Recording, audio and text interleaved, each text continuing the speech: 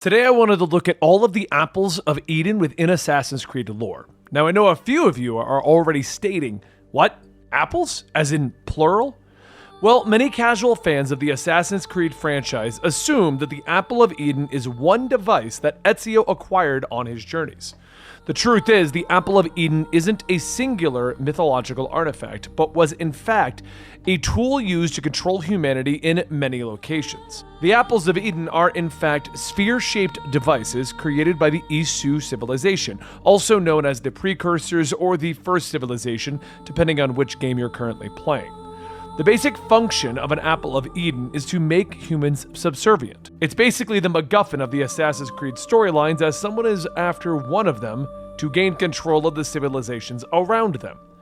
The wiki lists the powers as illusion projection, mind control, physical manipulation, casting tangible holograms, negating the powers of other Isu artifacts, advanced knowledge, apparition conjuration, power imbuing, energy manipulation, possibility to see and create calculations, invisibility, cursing of people, insanity inducing, and memory unlocking.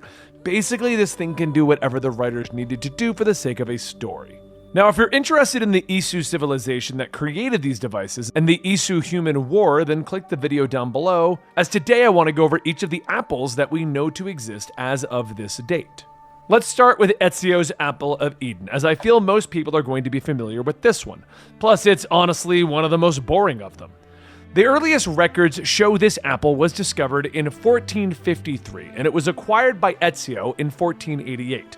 Ezio loses it around 1499 to the Borgias, and then acquires it again in 1503.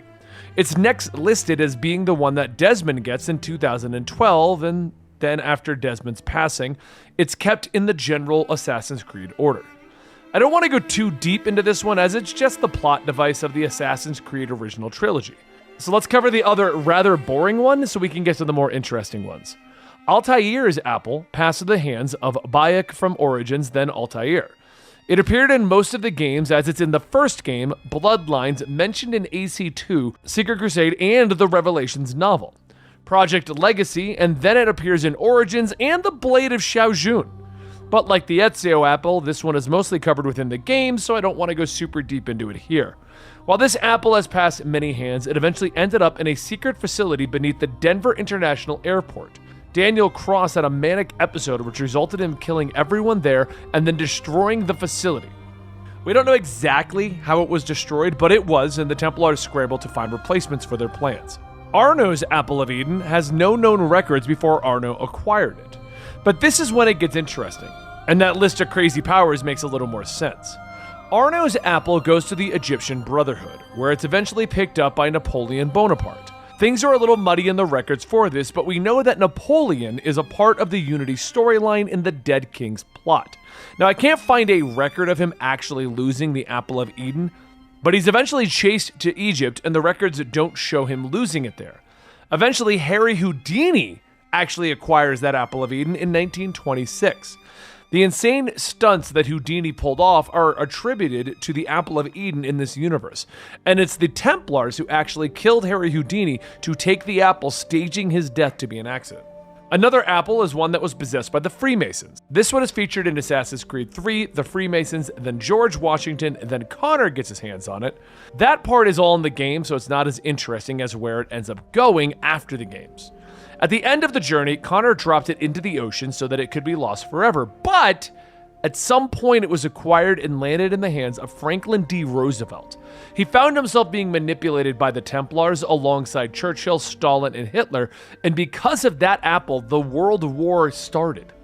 It then went into the hands of John F. Kennedy, and the Templars put their own man, William Greer, who also had his own apple, to be JFK's driver and assassinate JFK. Greer was actually a double agent, though. He worked for the extremist faction of the assassins under Pash. It was then Alexei who killed him, taking both of the apples back to the Brotherhood. But a Templar mole got his hands on that apple, and it was thought to have gone to the Templars afterwards. This is actually in the Bloodlines comic book that we covered a little while back, and I'll link it down below. Now, the next one is where things get even crazier. An Apple of Eden was discovered on the moon. That's right, you didn't mishear me. It was up on the moon, and the Templars started the space race to get up there and get the apple. One of the earliest experiments by the Isu, Jupiter, Juno, and Minerva, led to the discovery that if enough humans believed something, the Apple of Eden could force it into existence. So the hope was that if they shoot a series of apples of Eden into the sky, they could use them to make the humans believe that the catastrophe that was coming wasn't real, and that it would hopefully be wiped out of existence. The belief that they tried to make happen was make us safe, which obviously didn't work. Basically, the very first Apple of Eden never hit its mark, and therefore none of them could be interlinked properly. In the process of blasting off dozens of apples into the sky, one ended up on the moon, where the Templars tracked it down and started the space race to get it. It was Apollo 11 in 1969 that actually retrieved this artifact. We don't know anything else about this apple after it was retrieved and returned. Aguilar is the protagonist of the Assassin's Creed movie, and he also had his own Apple of Eden. And yes, before you ask, the movie is canon in the universe. Aguilar was around the year 1492 where he retrieved it and later entrusted it to Christopher Columbus. It stayed with him until his death, where it was returned to Spain. In 2016, it was retrieved by the Templars, but luckily it was retrieved by Callum Lynch and brought back to the Assassin's Order. Another apple without a proper designation is the one used in the Origins DLC. Bayek came across Thebes being overrun by the resurrected pharaohs of Egypt. The Thebians dubbed it a curse, but he tracked down the individual who was making this happen with an Apple of Eden. After defeating her, he gives the apple to the descendant of Ramses II for safekeeping.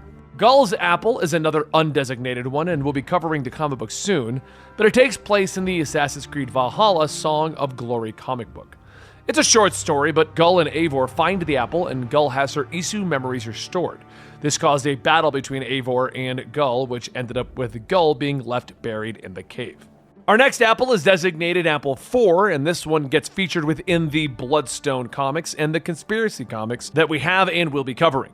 This apple started in the possession of Nikolai Tesla, who found it in Croatia. It started his experiments and it led to the idea of free energy, but the Templars set out to stop him. Mark Twain was also noted as having it during this period.